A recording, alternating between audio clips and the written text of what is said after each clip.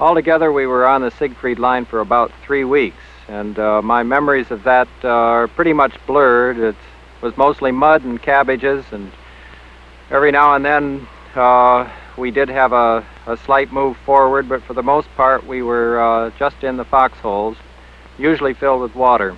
American soldiers, on the whole, I believe, find it very difficult to hate. We spoke of the Germans and thought of the Germans as our enemy, but there was no such thing as violent hatred. The non-commissioned officer in the American Army is unique. He has to be the leader of his men, but many of the men under him can also be leaders. One of the chief problems that faces any replacement officer is measuring up to the opinions the men had of the officers that commanded them before. And after we got all the battalions settled down in their foxholes for the night, I dug out a pair of blue silk pajamas that my wife had insisted that I put in my bedroll, and put them on and crawled in my bedroll to sleep for the night. Of course, this news spread around over the battalion immediately, and my purpose was achieved because all of the men felt that if the old man had gotten in his silk pajamas and gone to bed, that certainly there was no trouble or they weren't in great danger, so they relaxed and were able to get a good night's rest. These are the men who served in the 84th Infantry Division, a division that distinguished itself in a series of critical engagements during World War II. Thus, this story could be the story of any infantry division where the uncommon virtues of courage, endurance, and self-sacrifice became the commonplace.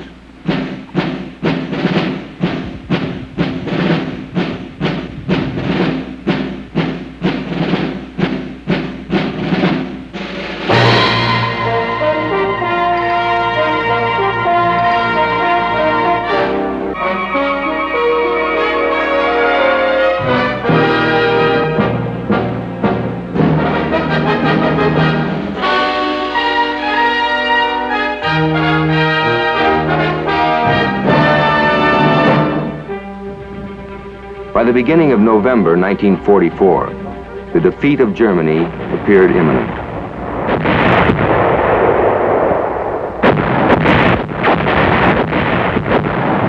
To the east, Russian armies had pushed their way through Poland and the Balkans. To the south, Anglo-American forces were moving relentlessly up the Italian peninsula. To the west, Allied armies, having advanced through France and the Low Countries, now gathered along the borders of Western Germany.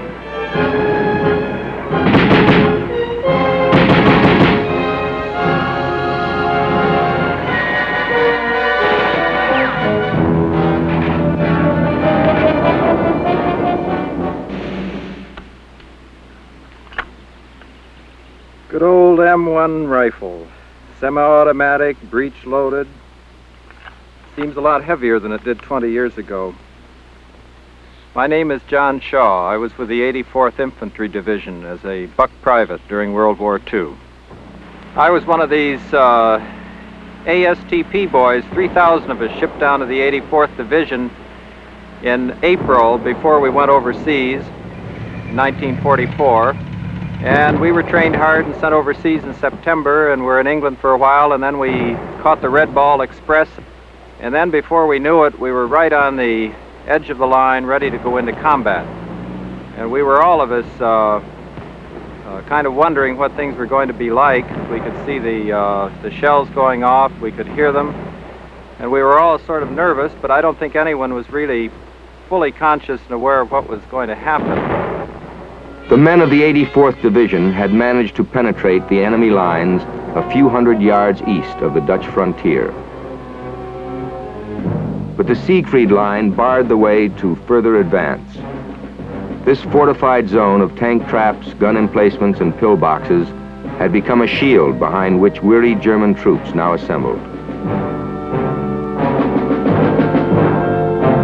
General Siegfried Westphal, Chief of Staff to Field Marshal von Rundstedt, had this to say of the situation. It was essential for the German High Command in the West to gain time in order to re-equip the west fortifications, called Siegfried Line, for defense purposes. We had to make every effort, therefore, to see to it that our troops could maintain this position as long as possible.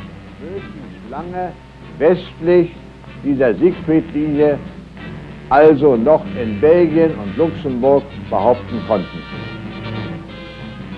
The west fortifications had no weapons.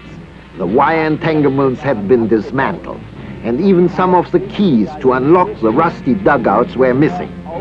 The defensive value of these constructions was so minimal that the soldiers preferred to live in a trench under the open sky rather than have the concrete ceiling collapse over their heads.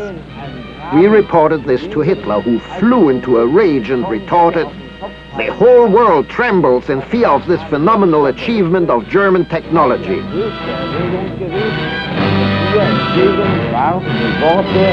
Die ganze Welt zittere vor diesem Wunderwerk deutscher Technik.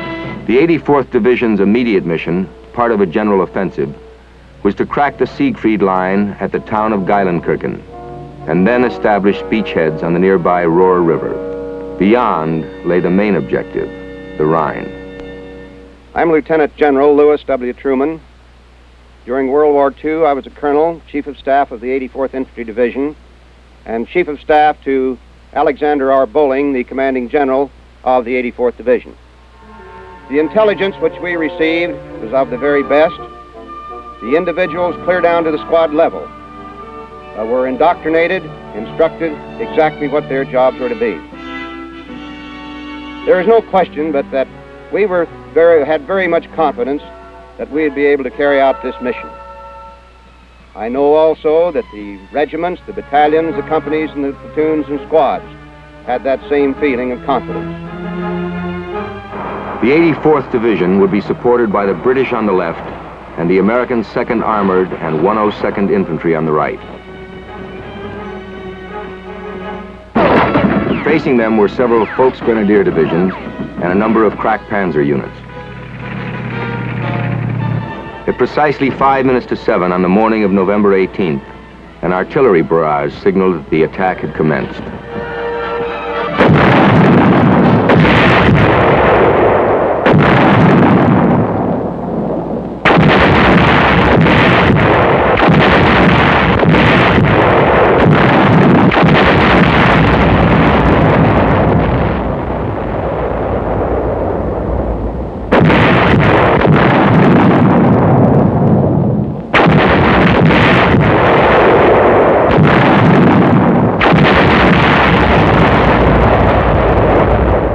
Geilenkirchen was about 3 miles away from where we were, and so happened that our regiment was leading the attack, and happened to be in the first platoon of the first company, and I happened to be in the first squad of the first platoon, and so happened that I was the first scout. So I was first. And we came through a little woods and out onto a sports plot. So we shot across this clearing and into the outskirts of the town. And there was a trench there, and we walked up the trench, all of us feeling pretty happy at this point and pretty proud of ourselves for having gotten that far. And it seemed to me the whole company was strung out into one big line. And all of a sudden, a German in a window 3 blocks away opened up on our column in this trench with a machine gun. And of course, we all hit the dirt. And we just waited there for somebody to do something. Finally, a British tank lumbered up the street off to our side and fired 2 shells right into that window. And that was the end of that.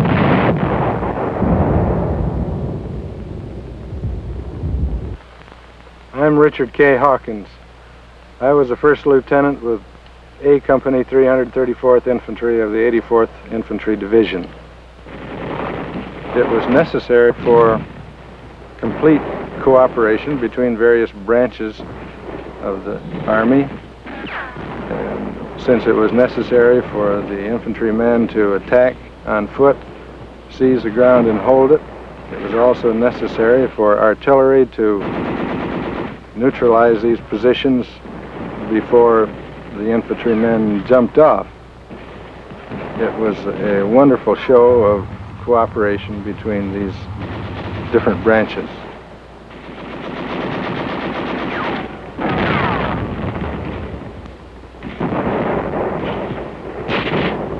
We got through Geilenkirchen and we started on the road that we thought was taking us right to Berlin.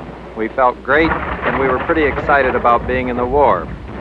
And after we'd gone about 500 yards up the road, the 88 started coming in. Like fools, we ran into a little woods, and all of us tried our best to dig into the ground. We used our hands that just tried to claw the dirt, trying to dig in. In the meantime, these shells were coming into the trees and bursting all around us, and our friends were being hit and were screaming for medics.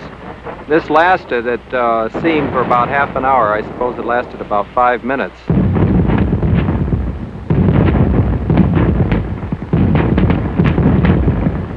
I am Fritz Kramer. I was with the 84th Division as a rather elderly soldier from my 35th to my 37th year. I do remember very clearly now the feelings we had, like all men who go into battle for the very first time. We were uncertain. We were very unsure of ourselves. We knew very well that combat was very different from training. And I remember this excitement, and I may frankly say, for all soldiers who may come after us, we were also full of fear.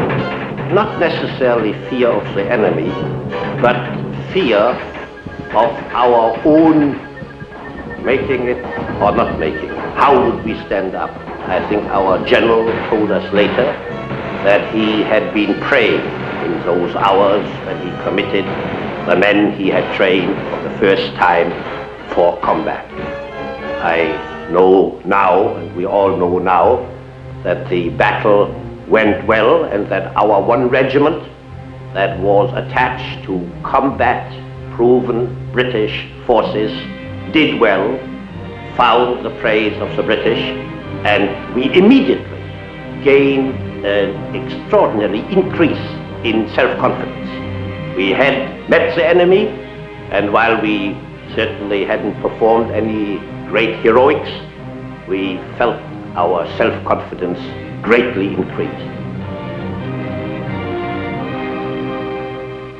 I'm Donald Phelps. I was a sergeant in the 333rd Infantry of the 84th Division.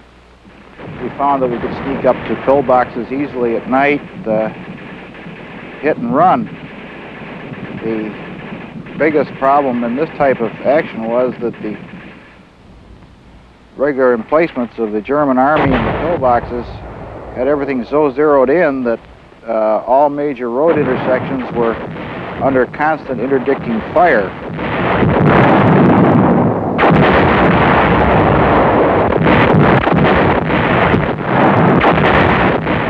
By the 21st of November, the Siegfried Line had been dented. The objectives in and around Geilenkirchen had been taken. The 84th now headed for the Rohr River, a few miles distant. General Bolling picked the village of Lenneck as the ideal location for the planned river crossing.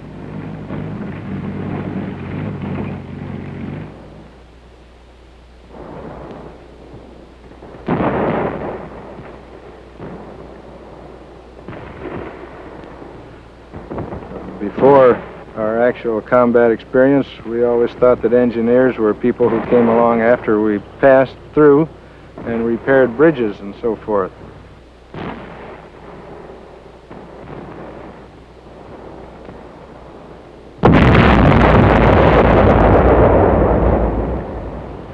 We actually had engineer squads with each rifle platoon whose function was to place explosive charges in pillbox and braziers, and this helped a great deal in overcoming this resistance. In the murderous frontal attack that followed, several discoveries were made. All sectors of the German Western Front had strict orders to relinquish as little German territory as possible. Every inch of ground was to be defended tenaciously.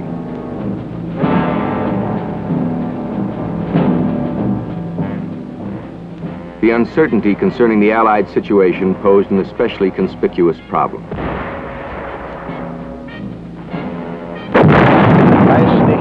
One never knows what the enemy has up his sleeve. One does not know for certain how strong he is. One does not know about his disposition. Many things can only be guessed. But there are certain impressions one does acquire. We were of the opinion that the American unit, excellently equipped and under good leadership, was headed for ultimate success, confident of victory. Besides, the command was prudent, advancing step by step, and justly trying to avoid bloodshed wherever possible. Geführt, siegessicher dem Erfolg entgegensteuerte.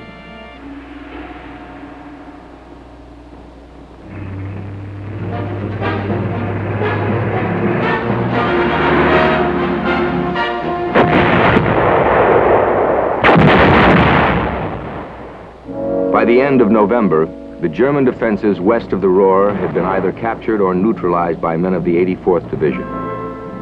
On December 2nd, the coveted prize of Lennik fell to the neighboring 102nd Division.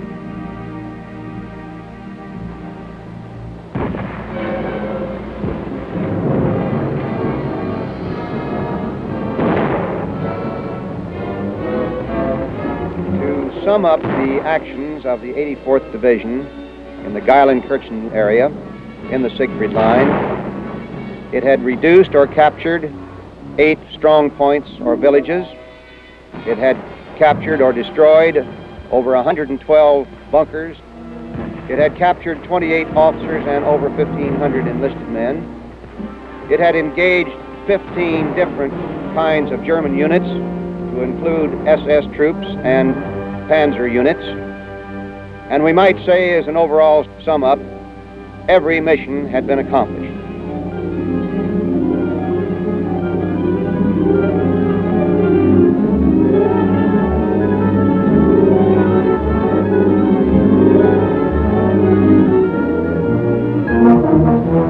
While the Allies made preparations for the crossing of the Ruhr, a major offensive was about to be launched by the combined German forces. The offensive, codenamed Watch on the Rhine, would be more generally known as the Battle of the Bulge. It was Hitler's last opportunity to achieve the initiative on the Western Front, and at least 28 divisions would be engaged in this desperate gamble.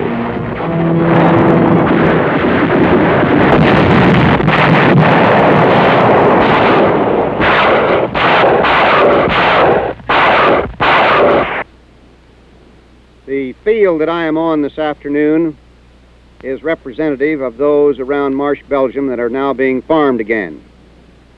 In December of 1944, much in contrast, these fields were not being farmed. There were streams of refugees all through the area, again moving out because the intelligence was, or their rumors were, that the Germans again were coming into the town of Marsh.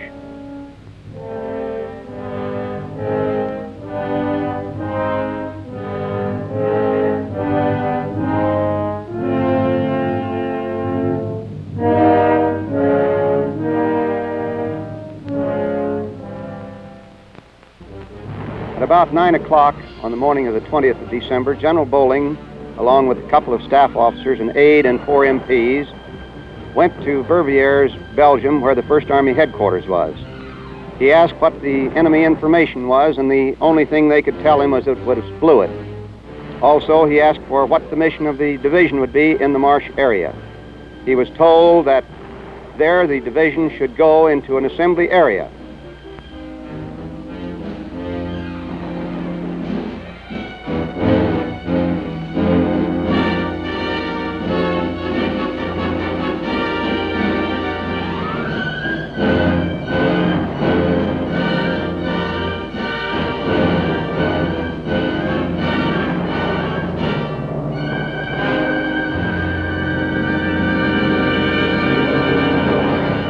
As the front bulged further westward, the principal road centers of La Ruche and Saint-Vith, Belgium, fell to the Germans.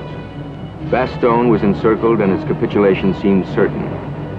Unless the town of Marsh, Belgium, remained in Allied hands, it seemed probable that the Germans could take the River Meuse and sweep on to Paris. The 84th Division was ordered to withdraw from its positions on the Rohr and take up a defensive line along the Marsh-Houghton Road. It was at this time that we got sudden orders to move. We were loaded into the Army trucks and we started moving back. We heard all kinds of rumors. We heard the Germans had broken through. We heard there was a big offensive. Everything was confused, but all we knew, we were on the road and moving again. Of course, it had only been a month before that we'd moved up by truck, so we were kind of used to it. But this was a night move, in the dark, around the back corners, and orders were changed constantly. We never knew from one minute to the next what was going on. On our way back, we ran into trailers bringing up assault boats to cross rivers with. They apparently were for us, but we weren't going to be there to be with them.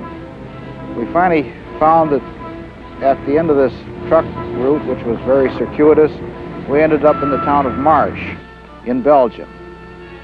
And although our orders were a little unclear, we were told to hold the town at all costs.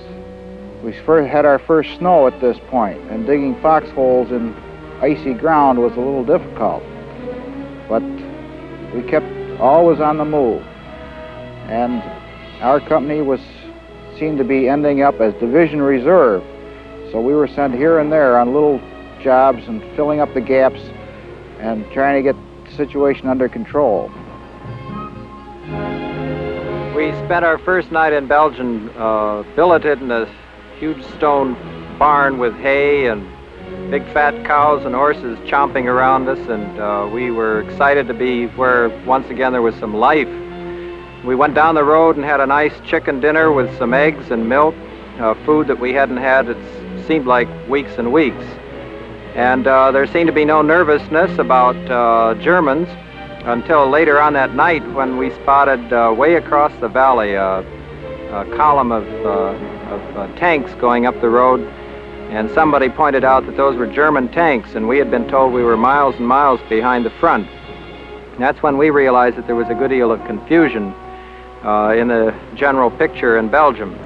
Well, after that, we went by truck to a little town called Wanlan and met a very lovely Belgian woman in a French or a Belgian chateau who had two daughters, and she was just getting them into the car to drive them to Brussels. She said they had an appointment with the oculist, and it was only later that we realized she was fleeing as fast as she could, and she knew that the situation was very bad. And later on that night, we had our first encounter with some German tanks, which came along and fired at us, and we fired back, and they went on back the road that they'd come from. But we realized we were in what they call a fluid situation, with nobody quite certain where the front lines were, least of all us.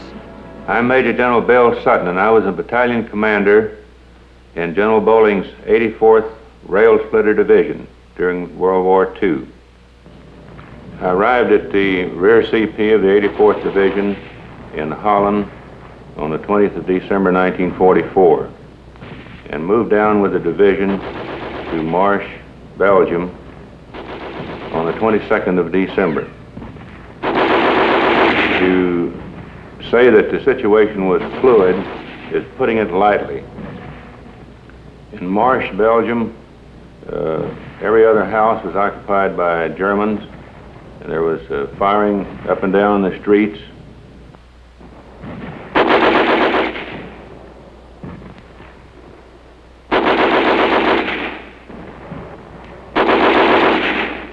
The 334th Infantry had organized positions along the front edge of the Marsh-Houghton Ridge. I can remember that the foxholes were sometimes 150 yards apart.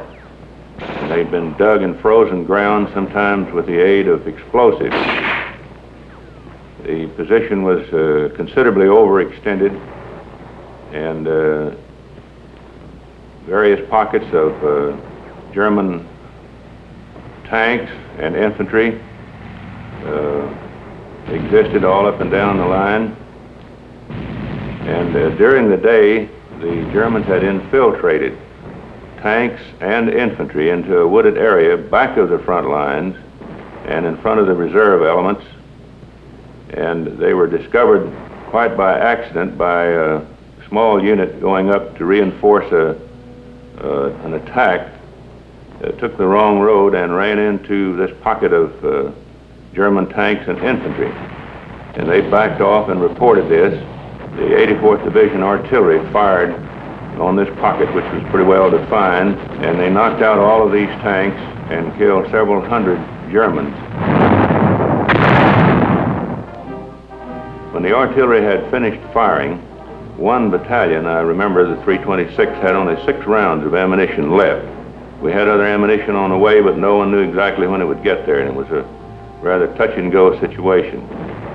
There are many things imprinted on my mind that will make me always remember the kind of stuff our American soldiers were made of. One incident in particular occurred in the Ardennes during the Battle of the Bulge.